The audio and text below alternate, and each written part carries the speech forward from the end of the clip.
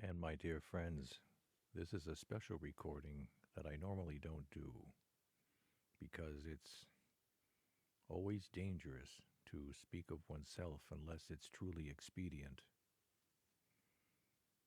And as an aside, I suppose I am speaking a little bit about myself in the sense that it was about 50 years ago that I went to Tally's religious store on Broadway in Providence, Rhode Island, and bought a copy of the Introduction to the Devout Life by St. Francis de Sales, translated and edited by John K. Ryan.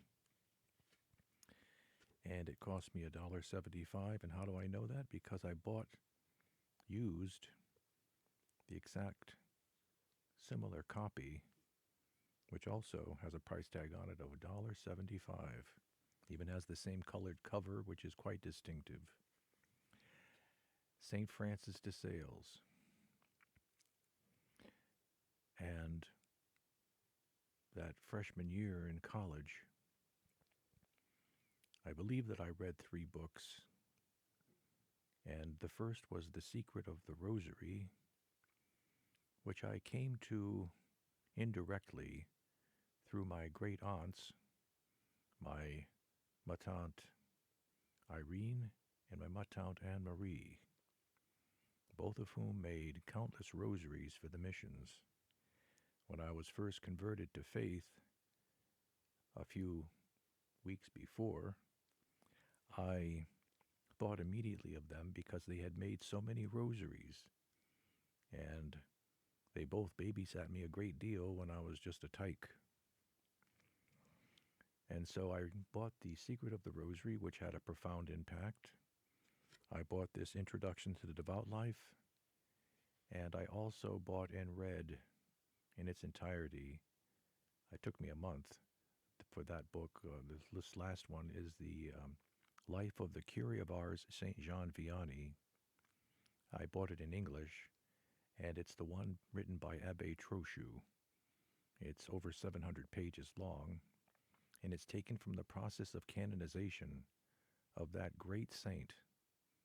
And reading that book, if you don't feel afterwards that you want to have a devout life, I don't know what could possibly make you want to have a devout life other than prayer.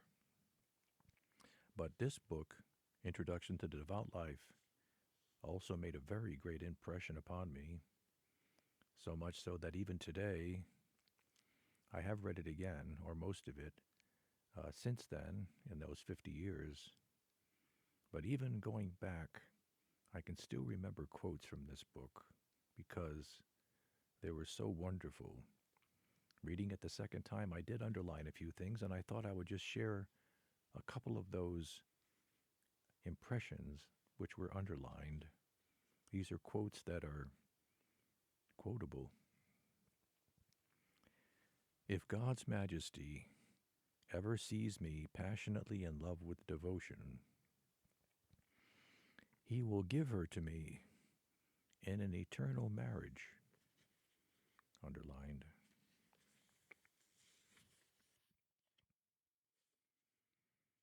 And speaking again of devotion, when it has reached a degree of perfection at which it not only makes us do good, but also do this carefully, frequently, and promptly, it is called devotion.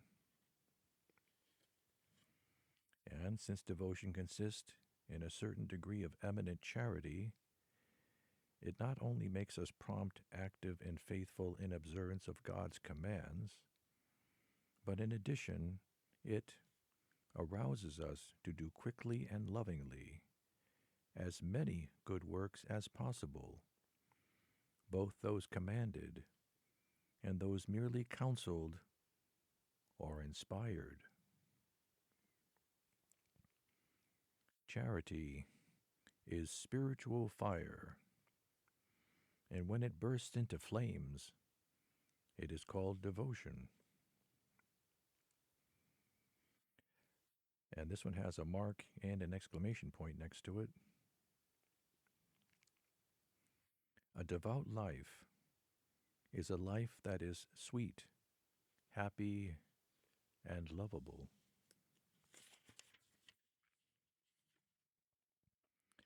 Now, devotion is true spiritual sugar, for it removes bitterness from mortification and anything harmful from our consolations.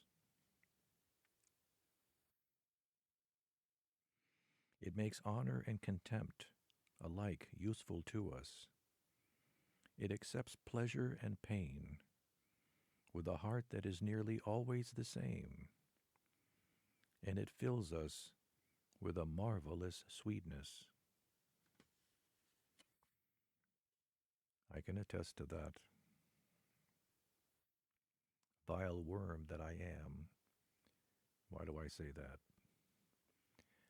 Well, in the mystical city of God, the Blessed Virgin refers to herself as a worm, which is a lowly enough creature. Well, I'm not that lowly. I'm much worse.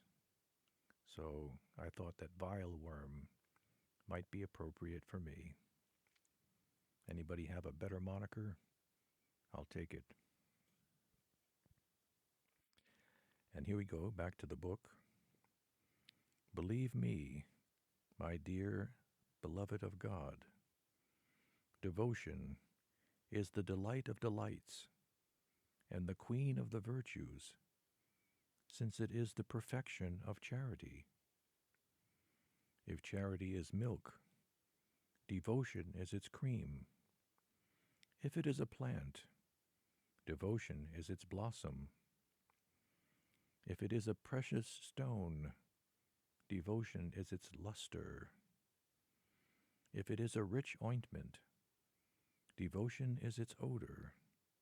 Yes, the odor of sweetness, which comforts men and rejoices angels.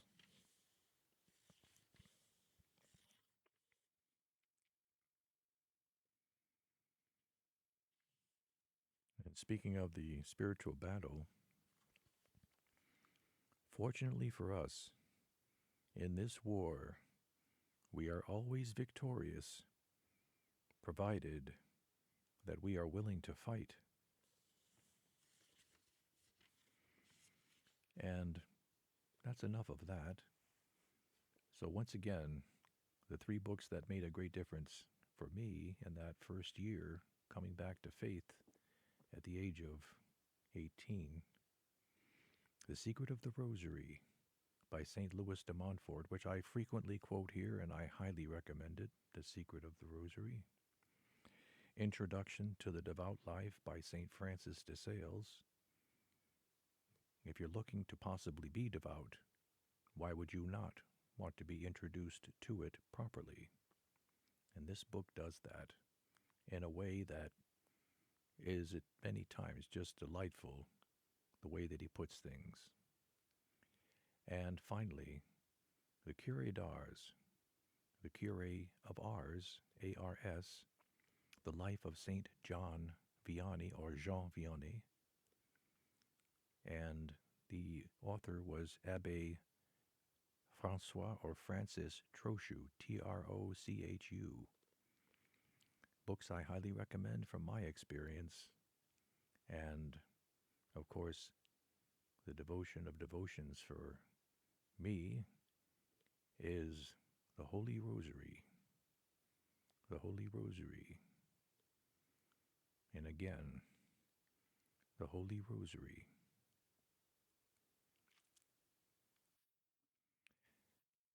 That's really all I have to say for this recording. And I do recommend St. Francis de Sales. He also wrote other great works which a person could conceivably want to have. Treatise on the Love of God. He was a bishop of Geneva, and he was fighting the Calvinists, the followers of John Calvin, who were spreading certain heresies associated with a predestination, the likes of which was very objectionable to the true faith. It was putting the gospel on its head, because it would look upon someone and see that they were materially prosperous. It was like an early prosperity gospel. You're prosperous. God is blessing you. You must be predestined to heaven. But if you're poor and oppressed, oh, well, God must hate you, and you must be predestined to hell. That summarizes things rather succinctly with that heresy. There was one disciple of John Calvin named Theodore de Beze, who was quite elderly at the time that he was visited by order of the Pope by St. Francis de Sales. St. Francis de Sales was to speak to him and attempt to convert him back to the true faith. And this is not successful. It was not successful. However, Theodore de Beze did admit that reason was on the side of St. Francis de Sales. He also converted many people in his Diocese of Geneva by writing little tracts, just little one-page explanations of the faith, and he would slide it under the doors of the homeowners in Geneva in that day, around the year 1600, 1605. And this ended up converting very many people because it wasn't just one tract. He would do this repeatedly, and had great success that way. Very zealous for the faith. And that's really all I have, I suppose. I hope I have not wasted your time. At any rate, this is the first day of the year. We do want to start it right. And so I thought I would put out there a few books which would certainly do none of you any harm to have in your possession. God bless you, and thank you for listening.